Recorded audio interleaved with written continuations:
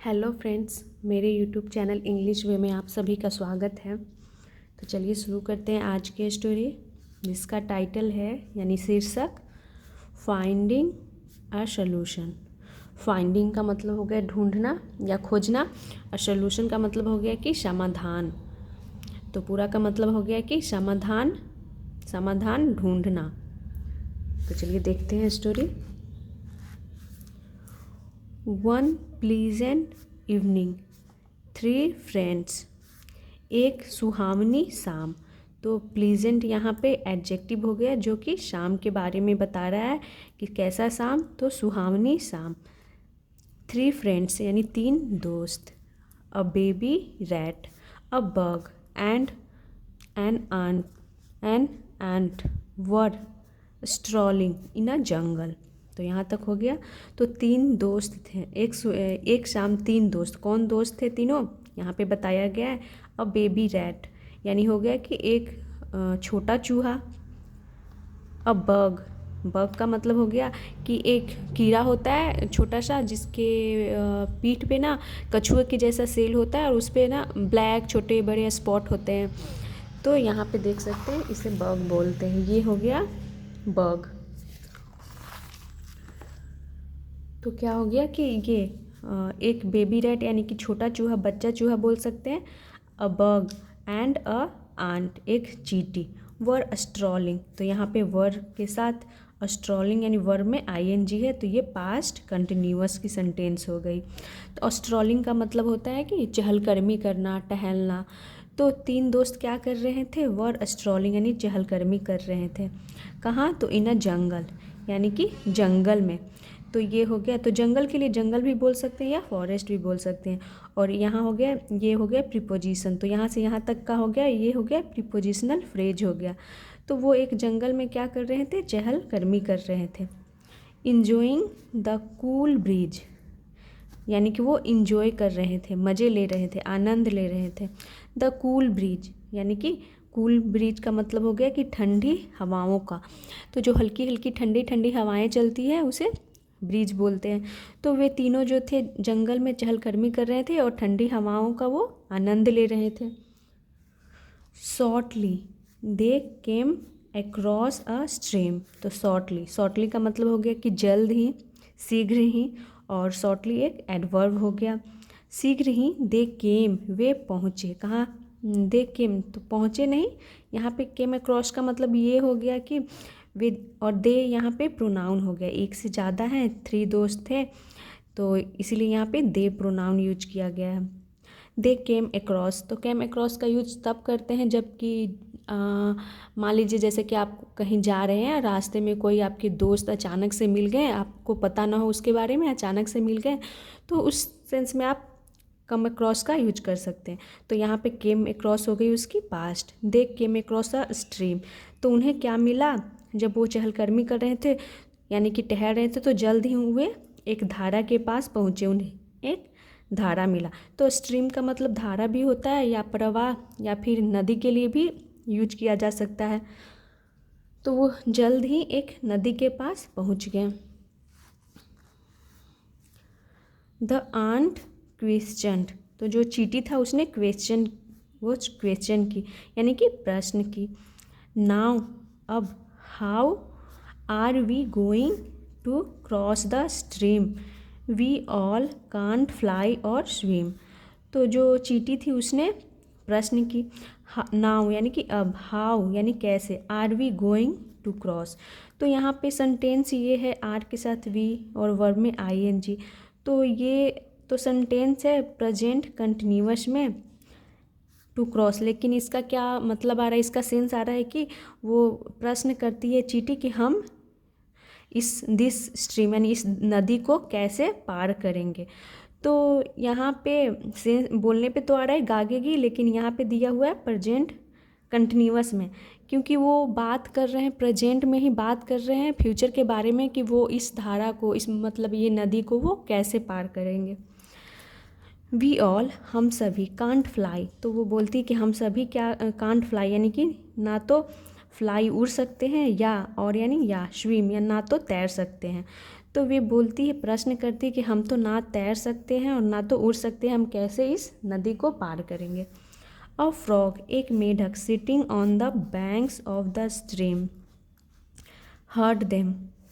तो a frog यानी एक मेढक, सिटिंग यानी कि वो बैठा हुआ था, ऑन द बैंक्स, तो नदी के किनारे को बैंक बोलते हैं। तो ऑन द बैंक यानी कि वो नदी के किनारे क्या था, बैठा हुआ था। ऑफ द स्ट्रीम यानी कि उस स्ट्रीम के, स्ट्रीम यानी नदी के किनारे वो बैठा हुआ था। हर्ड देम यानी कि उसने सुना। हेयर की सेकेंड फॉर्म हो गई हर्ड देम यानी उन्हें सुना। देम यहाँ प्रोनाउन हो गया जो उन तीनों दोस्तों के लिए यूज किया गया है, तो उन्हें वो सुना। He poked fun at them. He poked, तो यहाँ पे ही यूज किया गया है मेढक के लिए, जो एक मेढक बैठा हुआ था ना नदी के किनारे, उसके लिए ही प्रोनाउन यूज किया गया है। वैसे इट का भी यूज किया जा सकता है, ज़्यादातर इट का ही यूज किया जाता है जानवरों के लिए। ही पोक्ड फन एट देम, उसने मजाक उड़ाया। तो पोक्ड फन का मतलब हो गया कि मजाक उड़ाया या फिर चिढ़ाया। एट देम यानी उन्हें, मेढक ने उन्हें चिढ़ाया। None of you can swim और फ्लाई। नन ऑफ यू यानी कि तुम में से कोई भी नहीं, नन ऑफ यू यानी तुम में से कोई भी नहीं, कैन स्विम यानी कि तैर सकता है, या फ्लाई यानी उड़ सकता है। तो वो क्या चिढ़ाता है, बोलता है कि तुम में से कोई भी ना तो तैर सकता है और ना तो स्विम यानी तैर सकता है, ना तो उड़ सकता है। वो बोलता है व्हाट अ पिटी, तो इसका मतलब हो गया अफसोस की बात है। व्हाट अ पिटी, अफसोस की बात है कि तुम में से कोई ना तो तैर सकते हो ना तो उड़ सकते हो। वो मजाक उड़ाता है, ऐसा चिढ़ाता है। सेइंग सो, ऐसा कहते हुए, the frog dived into the stream, ऐसा कहते हुए जो मेढक था उसने डाइव्ड यानी वो कूद गया। तो डाइव की सेकेंड फॉर्म डाइव्ड हो गई।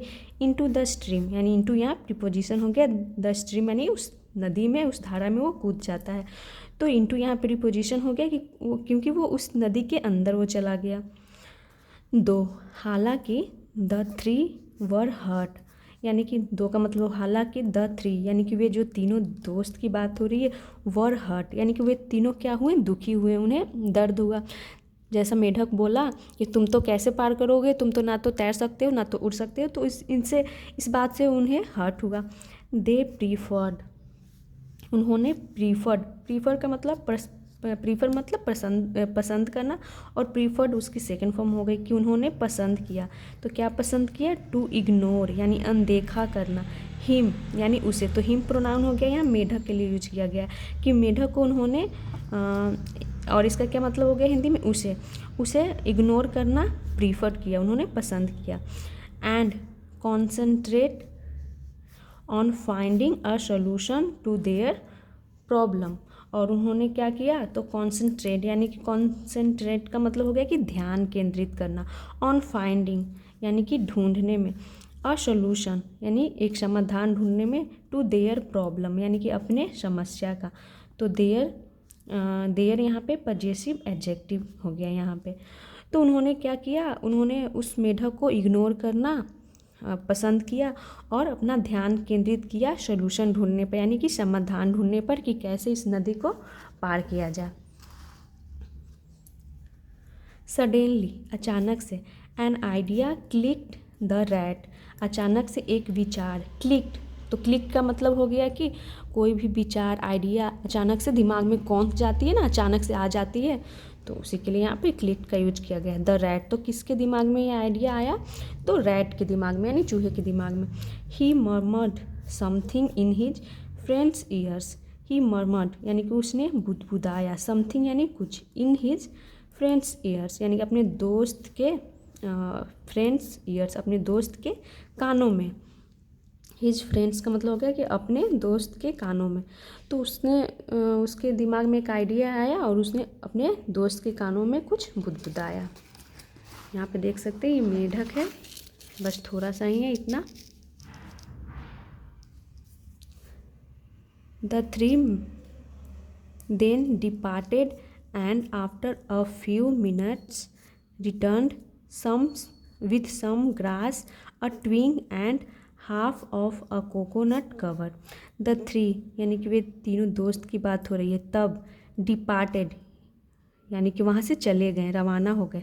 एंड और आफ्टर अ फ्यू मिनट्स यानी कि आफ्टर अ फ्यू मिनट्स का मतलब हो गया कि कुछ मिनटों के बाद। रिटर्न यानी कि वे लौटे। सम विथ सम ग्रास यानी कि कुछ घास के साथ। अ ट्विंग, ट्विंग का मतलब होता है जो पतली पतली सी टहनियाँ होती है ना, उसे ट्विंग बोलते हैं। तो एक टहनी के साथ कुछ घास के साथ वे। And half of a coconut cover यानी कि जो नारियल होता है ना, कोकोनट कवर, नारियल का जो कवर होता है हार्ड वाला पार्ट, उसका आधा लेकर के वो क्या हुए, लौटे। रिटर्न यानी लौटे, वापस आए। They spread the grass on the base of the coconut cover. They spread, उन्होंने फैलाई। तो यहाँ पे स्प्रेड सेकेंड फॉर्म के रूप में यूज किया गया है, तो स्प्रेड की सेकेंड फॉर्म और थर्ड फॉर्म भी स्प्रेड ही होती है। उन्होंने फैलाया द ग्रास यानी घास को, कहाँ फैलाया, तो on the base of the coconut cover, जो कोकोनट का कवर था उसके बेस में यानी नीचे में। एंड और देन तब, क्विकली यानी जल्दी से, settled on this little boat, और जल्दी से वे सेटल्ड ऑन यानी कि वो बैठ गए, चढ़ गए, द लिटिल बोट, छोटे से नाव पे। Rowing the boat using the twig, तो रोइंग का मतलब होगा कि खेवना, नाव को खेवते हुए बोल सकते हैं। द बोट यानी उस बोट को खेवते हुए। यूजिंग द ट्विंग यानी उस जो छोटी सी टहनी थी, टहनी का यूज करके, यूजिंग यानी इस्तेमाल करके, नाव को वो खेवते हुए। द थ्री हैप्पीली, तीन हैप्पीली यानी खुशी खुशी। सेल्ड अक्रॉस द स्ट्रीम, तो उन्होंने खुशी खुशी सेल्ड, तो सेल्ड का मतलब हो गया कि वो उन्होंने नाव से यात्रा करके क्रॉस यानी पार की, द स्ट्रीम यानी उस नदी को। तो सेल्ड का मतलब हो गया कि नाव से यात्रा करना, नाव से तैरकर जाना या नाव से यात्रा करना के लिए सेल्ड का यूज किया गया है सेकेंड फॉर्म के रूप में। तो यहाँ तक हो गया कि उन्होंने क्या किया, एक नारियल का हाफ कवर लाया, उस पर घास को बिछाया और वे उस पर चढ़ गए, और ट्विंग की सहायता से वो नाव को खेवते हुए उस धारा को, उस नदी को उन्होंने पार कर लिया। यहाँ तक हो गया।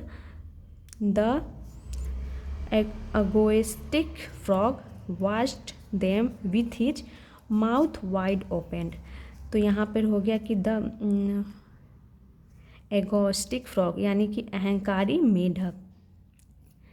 तो यहाँ पर इसे दी प्रोनाउंस करेंगे क्योंकि ये हमारा एगोस्टिक जो है ये वॉवेल साउंड कर रहा है, तो इसलिए यहाँ पे द के बजाय हम दी प्रोनाउंस करेंगे। दी एगोस्टिक फ्रॉग यानी घमंडी मेढक। वॉच्ड देम यानी कि उन्हें देखता रहा। With his mouth wide open यानी कि अपने मुंह को वाइड ओपन यानी अपने मुंह को खोले हुए वो उन्हें देखता रहा, क्योंकि वो चिढ़ा रहा था कि अब तो ये लोग पार नहीं कर पाएंगे, लेकिन जब देखा कि वे कैसे पार कर गए तो उन्हें मुंह खोले हुए वो आश्चर्य से वो देखता रहा। तो ये है तीनों दोस्त, ये है चींटी, ये है बग और ये छोटा सा बेबी रैट। तो ये थी 3 दोस्तों की स्टोरी, छोटी थी बट अच्छी थी। तो थैंक्स फॉर वॉचिंग, मिलते हैं नेक्स्ट।